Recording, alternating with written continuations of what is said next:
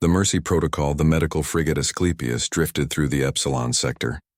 Its hull painted pure white with massive green crosses visible from half a solar system away. Dr. James Rothman stood in the observation bay, watching the stars slide past as the ship maintained its station between two warring factions. He had been doing this work for 11 years now, ever since humanity had joined the galactic community and offered something most species found peculiar: unconditional medical care. James was 43 years old, with gray beginning to streak through his dark hair and permanent shadows under his eyes from too many double shifts. He wore the standard medical corps uniform, white with green trim, bearing the ancient symbol that had meant sanctuary for centuries on Earth. Behind him, the medical bay hummed with activity as nurses and doctors moved between beds holding patients from 6 different species. The Asclepius was not large by galactic standards. Only 800 meters from bow to stern, it carried a crew of 300 medical personnel and support staff. But within its corridors, humanity had built something the galaxy had never seen before: a hospital that treated everyone equally, regardless of which side of a conflict they fought on. The concept baffled most alien species, especially the Tarkonians. The Tarkonian Empire had been expanding through this sector for 40 years, absorbing smaller civilizations through overwhelming military force. They were a proud warrior culture, standing nearly 3 meters tall with 4 arms and chitinous gray skin that could deflect small arms fire. Their philosophy was simple: strength determined worth, and mercy was weakness waiting to be exploited. James walked through the recovery ward, checking on the day's patients. In bed 7, a Tarkonian soldier named Kreth lay recovering from combat injuries sustained in a skirmish 2 days prior. His secondary arms had been badly burned, and infection had set in before his own people bothered to retrieve him from the battlefield. The Asclepius had picked him up along with enemy wounded, brought them aboard, and treated them all. Kreth's vertical pupils tracked James as he approached. The Tarkonian's face was unreadable by human standards, but James had learned to read the subtle shifts in their posture. Confusion, mostly. These warriors simply could not understand why humans would save them. "Your arm is healing well," James said, checking the regeneration sleeve covering Kreth's burned limb. "The infection is responding to treatment. You should have full mobility back in another week." Kreth made a clicking sound deep in his throat. "Why?" The universal translator rendered his question in accented English. "My people would have left you to die." "We do not understand this, Mercy." James had heard this question hundreds of times. He gave the same answer he always gave: "Because everyone deserves medical care. Pain is pain regardless of who you are or what side you fight for. But we are enemies of your allies. We have killed those you protect. That's not my concern. I'm a doctor, not a soldier. My job is to heal, not to judge." Kreth fell silent, his alien mind struggling with the concept. James moved on to the next patient, a small furred creature from the Velen Coalition, one of the species the Tarkonians were currently trying to conquer. She had lost a leg in an orbital bombardment. The Asclepius had fitted her with a prosthetic, and she would walk again. Lieutenant Sarah Morrison approached James in the corridor outside the ward. She was the ship's chief surgical nurse, 32 years old, with red hair pulled back in a tight bun and sharp green eyes that missed nothing. She carried a data tablet and looked worried. "Dr. Rothman, we need to talk about the supply situation," she said quietly. "We're running low on broad-spectrum antibiotics and synthetic blood plasma. The resupply ship isn't due for another 6 days." James frowned. "Can we stretch what we have?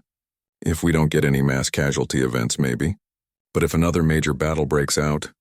She didn't need to finish the thought. "Do what you can. I'll send another request to command, see if they can expedite the supply run." Sarah nodded and walked away, her boots clicking on the metal deck plates. James watched her go, feeling the familiar weight of responsibility settling on his shoulders. Every decision on the Asclepius meant life or death, and they were always one emergency away from running out of something critical. The ship's intercom crackled to life. "Dr. Rothman to the bridge. Dr. Rothman to the bridge." James made his way through the corridors, nodding to crew members as he passed. The Asclepius had become home to all of them, a small island of healing in a galaxy that seemed determined to tear itself apart. When he reached the bridge, Captain Michelle Park was standing at the tactical display, her dark eyes fixed on something that made her jaw tight. Captain Park was a veteran of Earth's colonial defense forces, 51 years old, with short black hair and the kind of calm authority that came from 3 decades of command experience. She had volunteered for the medical corps after her daughter became a nurse, wanting to be part of humanity's peaceful mission to the stars. "Captain?" James asked. Park gestured to the display. "We have 3 Tarkonian warships on approach vectors. Fast attack cruisers moving at combat speed." James felt his stomach drop. "Have you hailed them? Transmitted our protected status?" "Continuously for the last 20 minutes. They're not responding." This was unusual. The Tarkonians might not respect humanity's medical neutrality, but they had always acknowledged it. Their wounded needed treatment too, and even their warrior culture understood the practical value of a hospital ship that would treat their soldiers. "What about the transponder?" James asked. "Is it broadcasting our registry?" "Full power on all frequencies. They know exactly who we are." The tactical officer, Lieutenant Chen, looked up from his console. "Sir, they're spreading out into attack formation." James and Captain Park exchanged glances. This was wrong. Something was very wrong. "Raise shields," Park ordered. "All hands to emergency stations. This is not a drill." Alarms began to wail throughout the ship. James could hear the crew responding, moving to their designated positions with practiced efficiency. But the Asclepius was not built for combat. Its shields were designed to stop micrometeorites and radiation, not military-grade weapons. It had no offensive capabilities whatsoever. "Still trying to hail them," the communications officer reported. No response. Captain Park's voice was steady as she activated the ship-wide intercom. "This is the captain. All medical staff, begin emergency patient stabilization protocols. Prepare for possible evacuation. All non-essential personnel to escape pod stations." James started to leave the bridge, but Park caught his arm. "Stay. If this goes bad, I need you here to help coordinate patient evacuation."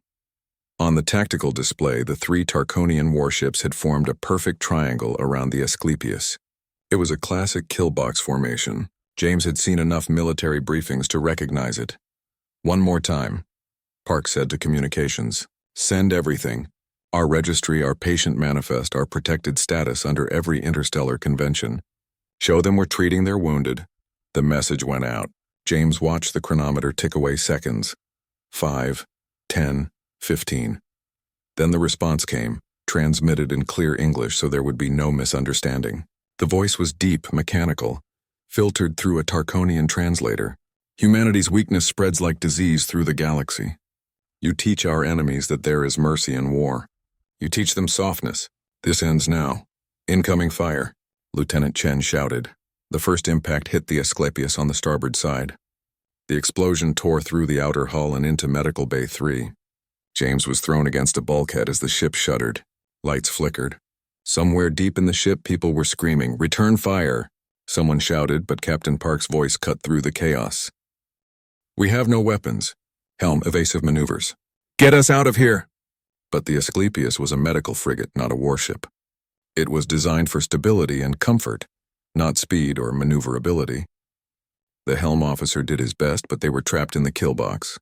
Another blast struck the engine section. James felt the artificial gravity stutter and fail for 3 terrible seconds before emergency systems restored it. On the damage control display, entire sections of the ship were turning red. "Hull breaches on decks 4 through 7, the damage control officer reported. "We're venting atmosphere. Emergency bulkheads are sealing, but we have people trapped." James activated his communicator. "All medical teams report status." The responses came back in fragments. Medical Bay 3 was gone, completely destroyed in the first attack. Medical Bay 2 was intact but cut off by hull breaches. The surgical suites were damaged but functional. They had casualties, but the crew was doing their best to help. A third explosion rocked the ship. This one hit the crew quarters. James thought of Sarah Morrison, of the hundreds of doctors and nurses who had devoted their lives to healing. How many of them had just died? "Escape pods," Captain Park said, her voice tight with controlled fury. "Order all non-essential personnel to the pods. Medical staff, take as many patients as you can carry. We have to abandon ship." James ran from the bridge. The corridors were chaos, filled with smoke and injured crew members.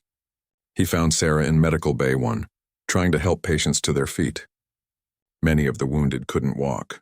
The Tarkonian soldier Kreth was using his forearms to carry a small Velen patient, his own injuries forgotten. "Move. Everyone move." James shouted. "Get to the escape pods!" They stumbled through the damaged corridors, following emergency lighting to the pod bay. James counted heads as they went. They had started with 63 patients in the bays. He could see maybe 40 with them now. The rest were dead or trapped in sealed sections. An explosion from somewhere aft made the entire ship groan. The Asclepius was dying, and the Tarkonian warships kept firing, methodically tearing apart a defenseless hospital ship. They reached Escape Pod Bay 2. Crew members were loading patients as fast as they could, cramming people into pods designed for 8, sometimes fitting 12 or 15. James helped a burned Velen engineer into a pod, then turned to help Sarah with another patient. "Doctor," someone shouted. "Pod Bay 1 is gone." They shot it. "They're targeting the escape pods." James felt ice flood his veins. This wasn't just an attack. This was murder.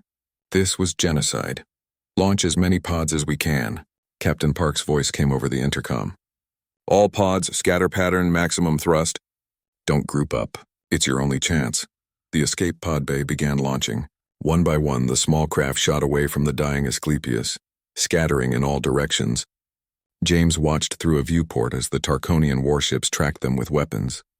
Energy beams lanced out, catching pods one by one. Each beam meant 8 to 15 people dead. Sarah grabbed James's arm. "Our pod, now!" They crammed into Escape Pod 7 with 16 other people. 3 doctors, 5 nurses, 4 engineers, 2 medical technicians, Kreth the Tarkonian soldier, and a young Velen child who wouldn't stop crying. The pod systems were screaming warnings about being over capacity, but someone slapped the launch button anyway. The pod shot away from the Asclepius with crushing acceleration. Through the small viewport, James watched his ship, his home for 11 years, break apart. A massive explosion tore through the central section, and the Asclepius folded in on itself like paper in a fire. 800 meters of corridors and wards, operating rooms and recovery units, all the places where they had saved thousands of lives. Gone. The pod tumbled through space, its tiny engine sputtering. They had launched at a bad angle, spinning wildly. Someone managed to shut down the main engine before it burned out completely, leaving them drifting with minimal power. "Stay quiet," Sarah whispered. "Shut down everything non-essential. If we're lucky, they'll think we're just debris." They floated in darkness and silence, pressed against each other in the tiny pod. Through the viewport, James watched the Tarkonian warships hunt the other escape pods. Beams of energy lit up the darkness, and each flash meant more of his crew was dead. He counted launches in his head. The Asclepius had 60 escape pods. He had seen at least 40 launch. The Tarkonian ships destroyed 39 of them. Only 1 pod had escaped. Only their pod, and only because their engine had failed at launch, sending them tumbling away at an unpredictable angle. 16 people. Out of 300 crew and 63 patients, 16 people had survived. James looked around the cramped pod at the faces of his remaining crew. Sarah Morrison, her face streaked with soot and tears. Kreth the Tarkonian soldier, holding the small Velen child who had finally cried herself to sleep. Engineers and nurses he had worked with for years, all of them staring at nothing, trying to process what had just happened. They drifted for 9 days. The escape pod's life support was designed for 8 people for 5 days. With 16, the air grew thick and stale within hours. They rationed the emergency water and food packets. They took turns going into induced hypothermia to reduce oxygen consumption. On the 9th day, a patrol ship from the Velen coalition found them.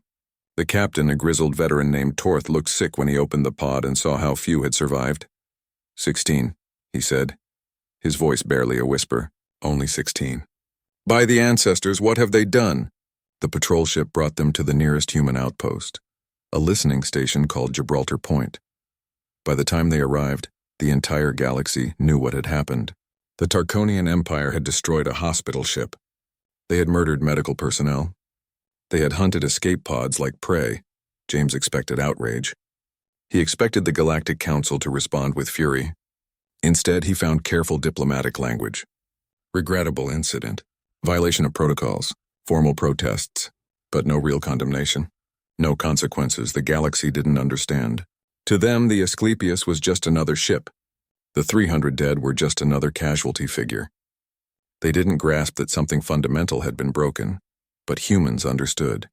Earth's government called an emergency session of the World Council, something that had only happened twice in human history. Every nation, every colony, every human settlement watched the footage from Escape Pod 7's recorder. They watched the Asclepius break apart. They heard the Tarkonian commander's words about mercy being a disease. James was brought to Earth to testify. He stood before the World Council, still wearing his torn medical uniform, and told them everything. When he finished, the chamber was silent for a long moment. Then Earth's Prime Minister, an elderly woman named Catherine Wells, spoke. Her voice was quiet, but it carried through the chamber and across every human world. They have shown us what they think of mercy. Very well. We will show them why we invented rules for war in the first place. The first sign of humanity's response was silence. Every human hospital ship in the galaxy received the same order. Return home immediately. Every medical volunteer was recalled. Every humanitarian mission shut down overnight. Species that had grown dependent on human medicine suddenly found themselves without help. Protests came from across the galaxy. How dare humans abandon their responsibilities? Where was their famous compassion now? Earth's response was brief and final. Services suspended indefinitely. Behind that silence, humanity moved. James saw it happening at Gibraltar Point. Civilian ships stopped arriving. Military transports took their place, carrying soldiers and weapons. The listening station became a forward operating base. Supply depot became armories. The Tarkonian Empire's propaganda broadcasts mocked humanity's withdrawal. The soft species was hiding, they said. The disease of mercy had been purged, and now the patients cowered in their hospitals. But 3 months after the Asclepius fell, the galaxy would learn that humanity's silence had not been fear. It had been preparation. James stood in Gibraltar Point's observation deck and watched military ships gather in the darkness. Thousands of them, pulled from every human colony and settlement. Above him, crews were converting civilian freighters into carriers, installing weapons, adding armor. Humanity was mobilizing for war, and this time there would be no mercy in it. Commander Lisa Zhao found him there. She was a military officer, 38 years old, with cold eyes and a scar across her left cheek from some old conflict. She had lost a brother on the Asclepius, a surgical technician named David. Dr. Rothman, she said formally, the Fleet Command wants you to join the task force. They need someone who understands what we're fighting for, someone who can remind us why we're doing this. James looked at her. What are we doing? Zhao's expression was ice. We're teaching the Tarkonians a lesson that every human child learns in school. We're showing them why we made rules for war after we'd done terrible things. We're demonstrating what happens when you destroy the one thing keeping monsters like us in check. And what's that? Our mercy, Doctor. They killed our mercy. Now they'll learn what we were protecting them from. James thought of the Asclepius. He thought of Sarah and the crew, of the 300 people who had died trying to heal the galaxy's wounded. He thought of Kreth, the Tarkonian soldier, who had carried a Velen child to safety even as his own people murdered everyone around him. I'll go, James said quietly. But when this is over, we rebuild. We go back to healing. We prove that mercy isn't weakness. Zhao nodded slowly. First, we show them the cost of destroying it. Then yes, we heal again, but they need to understand why that healing was precious. In the darkness beyond Gibraltar Point, the human fleet continued to gather, 3,000 ships and more coming every day, the largest military force humanity had ever assembled. All of it pointed at one target. The Tarkonian Empire had attacked the Red Cross. Now they would learn what the Red Cross had been protecting them from. When mercy becomes memory, the human fleet materialized at the edge of the Tarkonian home system like a swarm of angry hornets. 3,000 ships dropped out of faster-than-light travel in perfect synchronization, their arrival timed to the millisecond. On the command carrier Beijing, Dr. James Rothman stood in the observation gallery and watched the target system appear on the massive display screens. Tarkonis Prime hung in space like a blue marble, home to 58 billion Tarkonians. Cities sprawled across every continent, their lights visible even from this distance. Orbital stations dotted the space around it like a crown of steel and glass. And beyond the planet, massive and gray, hung Tarkonis Major, the moon that served as the Empire's military headquarters. James had not slept properly in 3 months. He had spent that time working with military planners, helping them understand humanity's rules of war and why those rules mattered. Now, wearing a military observer's uniform instead of his medical whites, he watched as humanity prepared to teach the galaxy's most brutal empire a lesson in consequences. Fleet Admiral Marcus Chen stood at the tactical station, his weathered face illuminated by the glow of status displays. Chen was 62 years old, a veteran of the colony wars who had come out of retirement for this mission. His gray hair was cut military short, and his dark eyes held the kind of cold calculation that came from decades of strategic command. Tarkonian fleet responding, the tactical officer announced. Initial count shows 1,400 warships, multiple fleet groups converging on our position from defensive stations. Chen nodded slowly, his expression unchanged, right on schedule. They're doing exactly what the simulation predicted. All fleet groups maintain formation delta. Begin the approach at 0.3 light speed. The human fleet moved forward as a single entity, a wall of ships advancing into Tarkonian space. James watched the distance counter tick down on the displays. 10 million kilometers. 5 million. 1 million. The gap between the fleets shrank with every passing second. Commander Lisa Zhao appeared at James's side. She wore full combat gear, her scar visible in the harsh lighting. "This is it, Doctor. Everything we've prepared for." James didn't respond. He was thinking about the Asclepius, about the 300 people who had died because they tried to show mercy. He was thinking about what was about to happen and whether any of this would bring them back. The Tarkonian fleet reached optimal firing range first. At 200,000 kilometers, their energy weapons opened up, sending beams of concentrated destruction across the void toward the human formation. The first impacts registered immediately. 2 converted freighters took heavy damage. One exploded in a flash of light and superheated metal, its crew of 90 gone in an instant. "Return fire," Admiral Chen ordered, his voice calm and measured. "All railgun batteries target the approaching cruisers. Fire at will." Humanity's kinetic weapons spoke. Solid projectiles, each one weighing several tons, accelerated to a fraction of light speed and crossed the distance in seconds. They hit the Tarkonian shields with tremendous force, and several enemy ships staggered under the impact. The Tarkonians had always laughed at humanity's primitive kinetic weapons, calling them outdated and inefficient compared to energy weapons.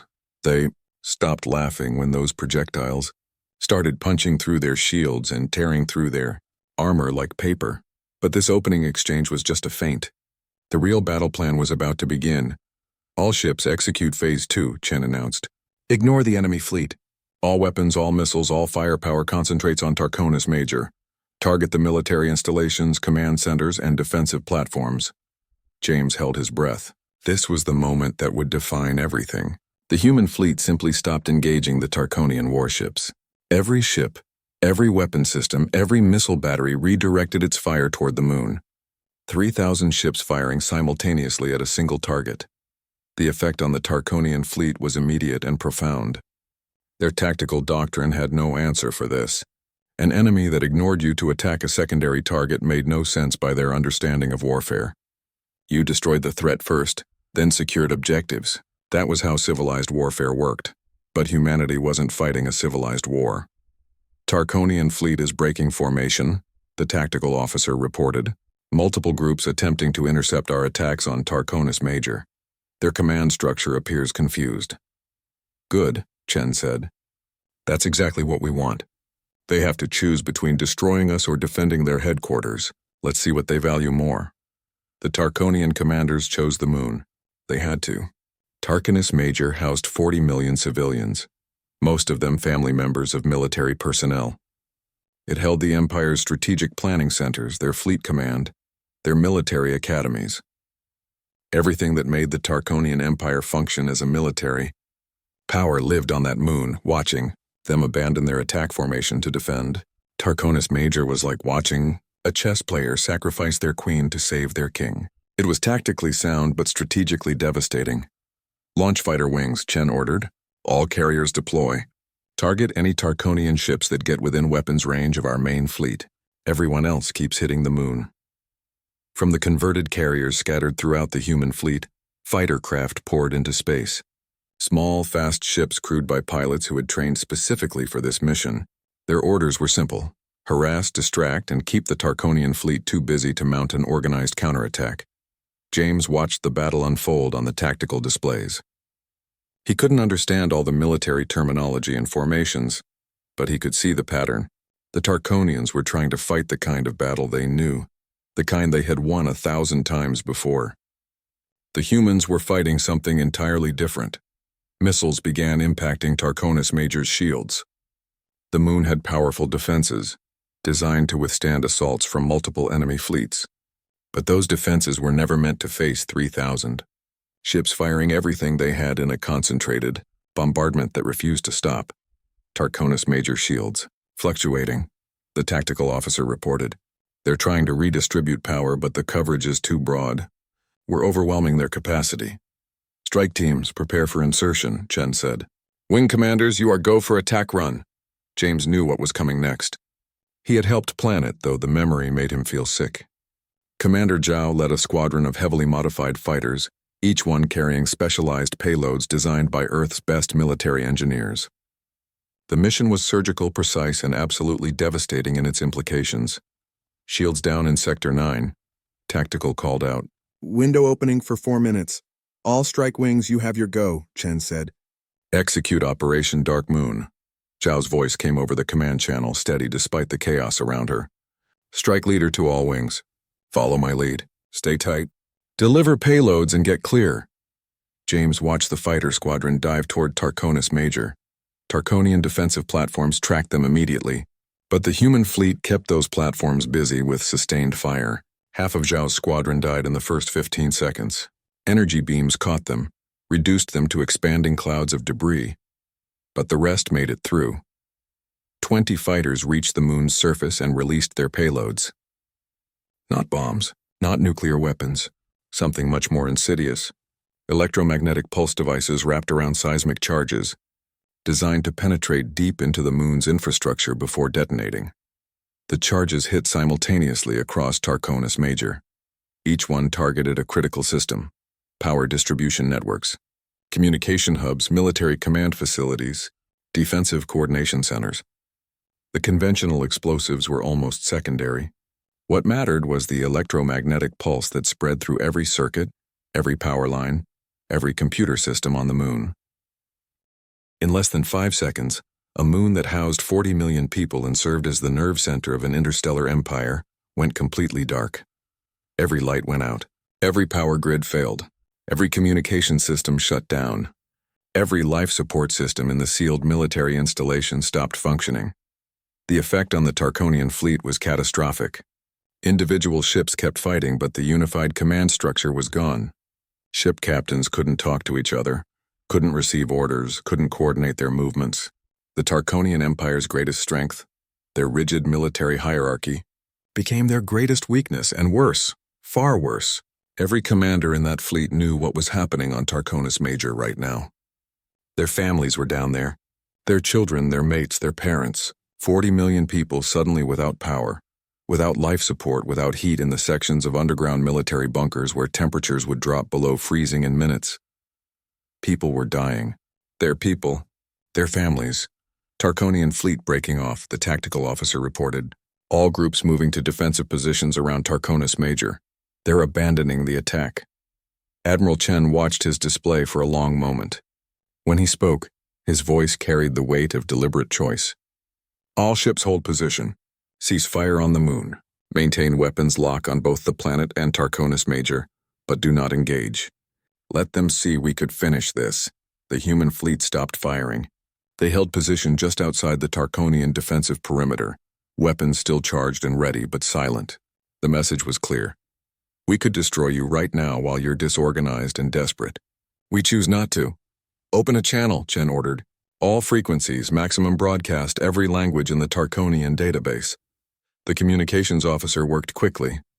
Channel open, Admiral. You're broadcasting across the entire system. Chen's voice went out across the void, transmitted on every frequency, translated into every language. Tarkonian forces, this is Fleet Admiral Marcus Chen of the Earth Defense Fleet. We could finish this battle right now. Your fleet is disorganized. Your command structure is shattered. Your families on Tarkonis Major are dying as their life support fails.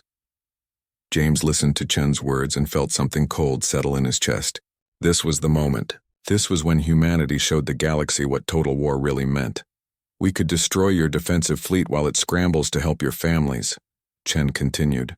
We could watch everyone on Tarkonis Major suffocate as their oxygen runs out.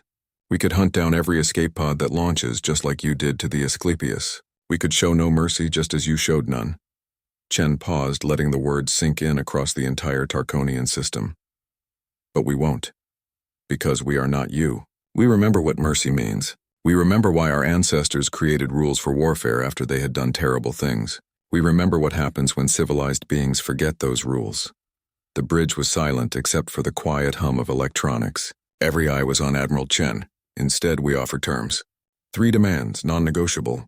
First, the 3 Tarkonian commanders who ordered the attack on the Asclepius will surrender themselves to stand trial under human law. Second, the Tarkonian Empire will ratify and enforce the Galactic Medical Neutrality Act, with provisions for inspection and verification. Third, reparations will be paid to fund hospital ships for every species in this sector, with protected status enforced by Mutual Defense Pact.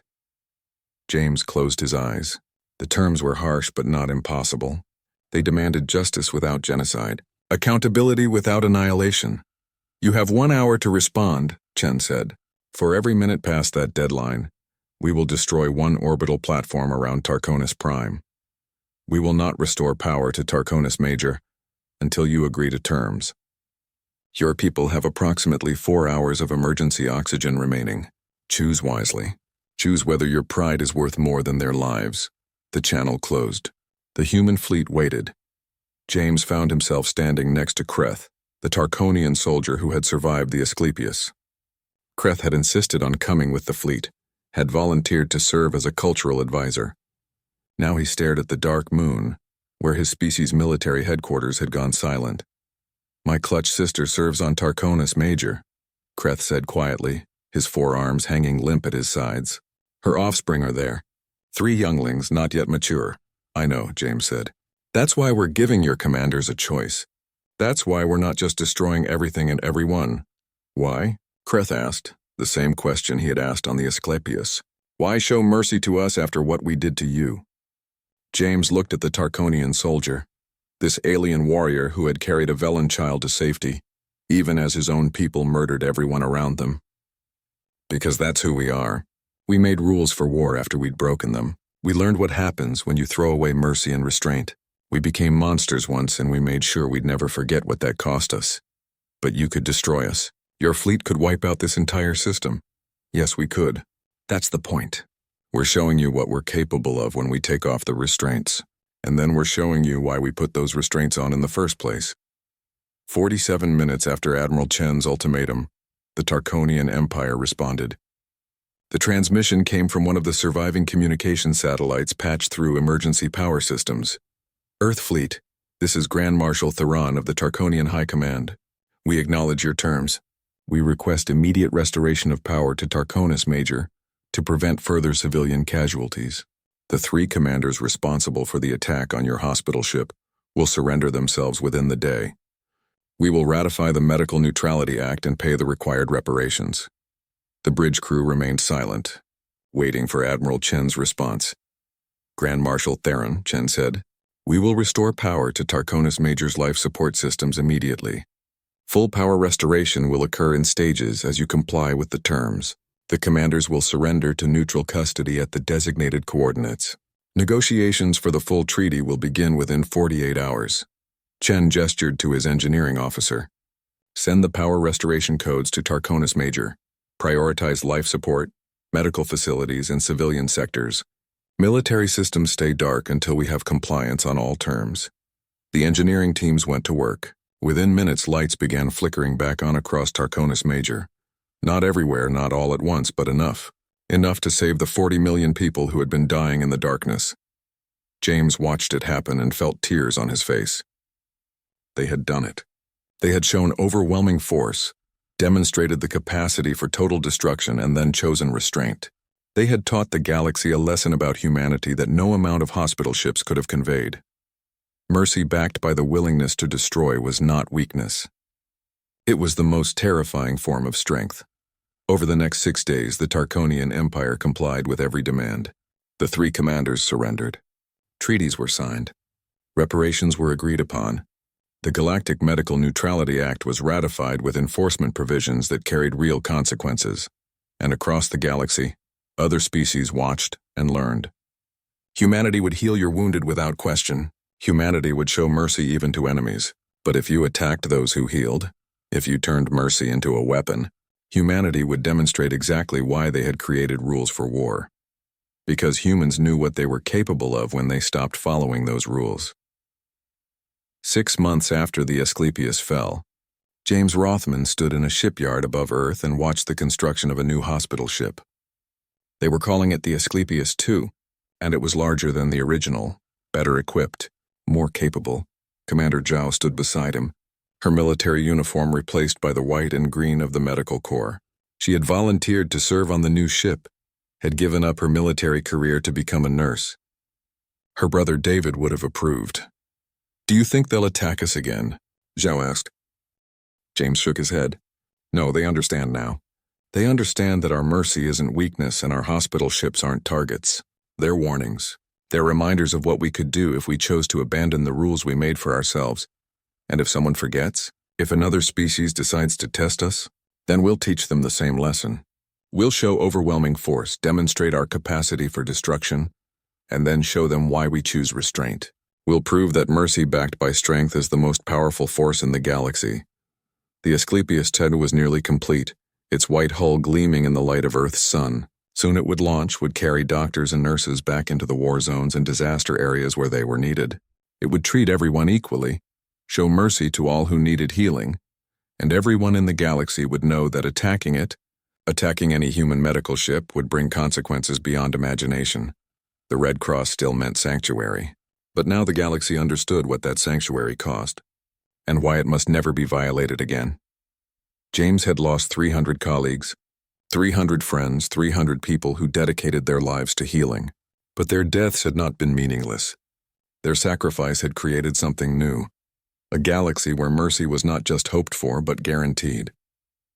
Protected not by treaties alone but by the demonstrated willingness to destroy anyone who violated that protection. "Let's go to work," James said to Zhao. "There are people out there who need help, and now we can help them knowing they'll be safe while we do it." Together, they walked toward the shuttle that would take them to the Asclepius II. Behind them, Earth hung in space, the world that had given the galaxy the gift of medicine and the lesson of consequences. Humanity had shown the stars what they could do. Now they would show them who they chose to be.